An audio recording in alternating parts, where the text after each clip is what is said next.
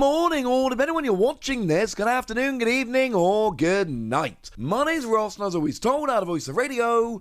So today we need to talk about fossils. You see, ladies and gentlemen, the fossils have gone and been revealed for Pokemon card 151, and things have changed in a big way. And I'm not 100% sure it's a great thing, if I'm honest with you. But I kind of love it. At least it amuses me greatly. Now, what's weird, these have gone and been revealed. I'm not exactly sure where they were revealed, I'll be honest with you. So they've gone and been tweeted out by Tomo Asobi over on Twitter. And these seem to have been displayed in public in lovely little frames with explanations. Except they're the fossil Pokemon. And it's a little bit weird. Could this be something to do with the Pokemon Fossil Museum? I don't know is the honest answer. And honestly, right, not being able to go to the Pokemon Fossil Museum, that was sad, ladies and gentlemen. That made me very sad indeed. But regardless, we've got fossil Pokemon. And if we start off with Kabutops here, you're going to notice something very, very interesting. We've got Old Dome Fossil. And this is huge. The existence of Old Dome Fossil is absolutely huge. Because we've not been getting specific fossils. The last time we got a specific fossil was back in Steam Siege, where we got the combination of Claw Fossil Anorith and Armor Fossil Shieldon. And that was back in 2016. It seems weird to me it was that long ago. Steam Siege released in English in August 2016. And this is going to be in the Pokemon card 151, which we're assuming is going to be an October 2023 release. So more than 7 years. That's a very big deal. And it is a very big deal. Because you see, the thing about Unidentified Fossil, which has been printed as recently as Silver Tempest, the thing about that is, it can evolve into like a whole mess of different fossil Pokemon. And that's made it easier.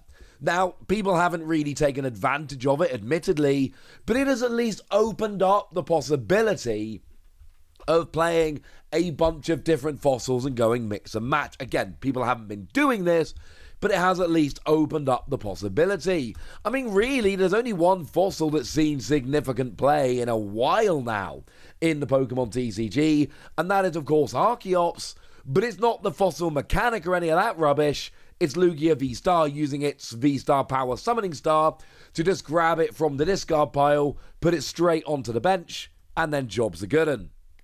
So, this seems like a step back for me. And please do correct me if you think I'm wrong about this, but this seems like a big step back. Going from Unidentified Fossil, which, you know, kind of everybody knew what the deal was with that one. It worked for a bunch of different Pokemon. To now going for really specific fossils, that could be a pain. Of course, we're talking about Kabutops and Omastar here. It's also very fair to go, come on, Wassy, is anybody really legitimately playing them in the same deck? And maybe not. I don't know. What I do know is that Kabutops looks good. Oh, I should say I did a translation myself here, but shout out to lovely Tunu1223, who did make sure that I was not being too stupid. Now, in terms of Old Dome Fossil, and look, we haven't got the Omanyte Fossil, but you know it's going to be the same. You play it as if it were a 60 HP colourless basic Pokemon, and anytime during your turn you may discard this card from play. This card cannot be affected by special conditions, it cannot retreat, and it's got the ability Armor of Shell. This Pokemon takes 30 less damage from attacks. It's pretty much what we would expect, honestly. What I will say is it takes 30 less damage, so in that regard it's better than Unidentified Fossil. Yeah, but let's not get too excited about this. In terms of Kabuto, again, let's not get too excited. Kabuto's fine. Kabuto's alright. 90 HP, stage 1, 2 energy, flip 2 coins, 70 for each heads. It's fine. But 2 energy on a 90 HP? Nah, ladies and gentlemen. Nah. But Kabutops has a super duper interesting ability here. The ability says, that your opponent's active Pokemon has a ×4 weakness. Yeah, that's kind of huge, right? Now, this is all with the background of it's a Stage 2 Pokemon, but it doesn't have to be active. And that's absolutely huge. It is absolutely huge that you get this on the field, and all of a sudden, ×4 weakness to all of your opponent's active Pokemon.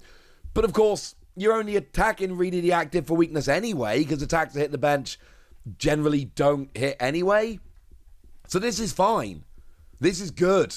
We like this, ladies and gentlemen. We like this very, very much indeed.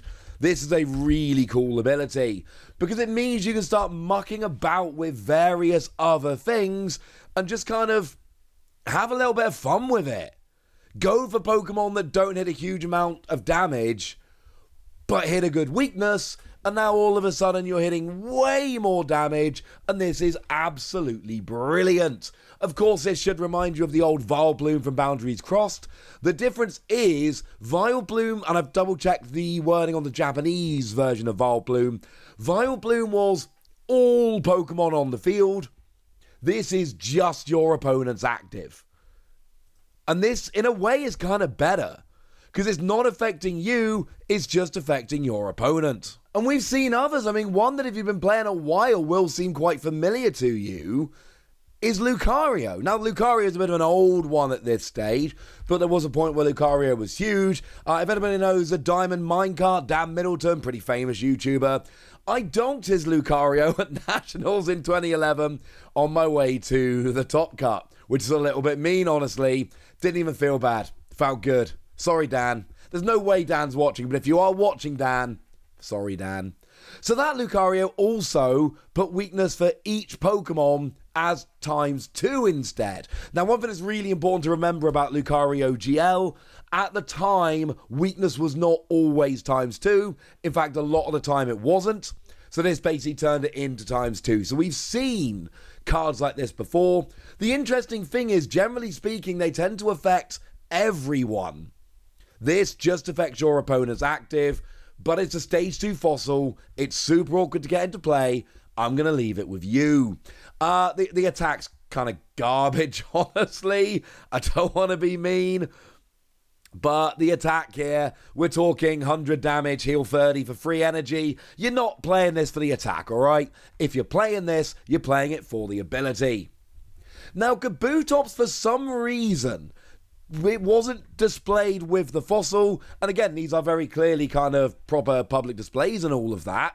Little bit weird, but we can see the Omanyte and we can see the Omastar, and this is very, very cool. So the Omanyte here, and I did do these translations again myself, and it's a little bit blurry, so do forgive me here, but I'm pretty sure what we've got here is 50 damage, and you put an energy from your opponent's active Pokemon into their hand. It's fine, but no, let's just ignore it. Move on. The Omastar, however, this one's interesting. It's got Snorlax's ability. That Snorlax from Pokemon Go with block, literally that ability.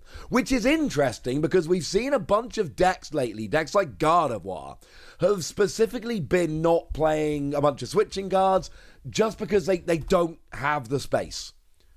And they're just kind of like not playing them and hoping it works out. And cards like Snorlax have actually been used to get some cheeky wins against those decks. And even when they are playing them, it's kind of like one copy here or there. So if it ends up in a discard pile or prizes or anything, you can still lose to a Snorlax block.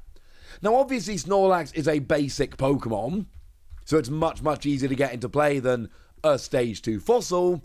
But my point is, it's got the same ability as the ability on Snorlax, which we know to be good. So you know what? That's an interesting one to me. As for Omastar here, in terms of an attack, 2 energy, 90 damage, choose 2 of your opponent's bench Pokemon. This attack does 30 to each of them. Fine, I suppose. Nobody really cares. It's another attack which is just fine. I mean, the theory here very simply is your opponent can't retreat. So you lock something in the active for a couple of turns. I mean, maybe something like a Gardevoir. Not a Gardevoir because that can attack, but, you know, something with high HP. So you can hit it like 3 times without being KO'd. So you're essentially trying to 3 or 4 hit KO something. And then every time you attack it, you're also spreading to the bench as well. Get those support Pokemon up and then start spreading damage around. That's kind of cool, I suppose. But honestly, Stage 2 fossils are a real pain, right? So if you're going to be playing a Stage 2 fossil, as far as I'm concerned, you've got to have a really good reason to be playing it. And quite frankly, I don't think we've got a good enough reason for Omastar. I mean, I'll give it between 2 and 3 Wassies. We don't give half Wassies. That would be barbaric. But Kabutops is weird. I'm giving it 4 Wassies, which I'm sure is probably overrating it a little bit. But the point is, yes, I know it's super awkward, all right? But if this was a basic Pokemon, it'd be a game-breaking 5 Wassie card, because it would open up so many more cards to be good. As it is, instead of a basic, easiest to get into play, it's a Stage 2 fossil, hardest to get into play. But oh my word, when it works, ladies and gentlemen, it works, and it's beautiful. Also, fossils are now changing the way they work, and take it from me, that's a very big change. But now I want to hear from you guys. Tell me what you think about these new cards. Tell me what you think about fossils in general. Tell me anything you want to tell me in the comment section. Go nuts! Be nice! And then make sure you like this video, subscribe to this channel, follow me on Twitter at The Wassy. That's where we talk Pokemon card games, Pokemon card games, all kinds of fun things. And please do consider checking out patreon.com/PTCG Radio, where you can support the channel, get some bonus podcasts, join a Discord, all kinds of fun things. Oh, and get shoutouts on the channel like the lovely Andy White, who's been a support of ours for a while now and is a very lovely person. So shout out to Andy for all the support and for being a very lovely person. But by far the most important thing as always, look after yourselves till next time, would ya? Thank you very much for watching. My name's Ross, and you've been watching PTCG Radio.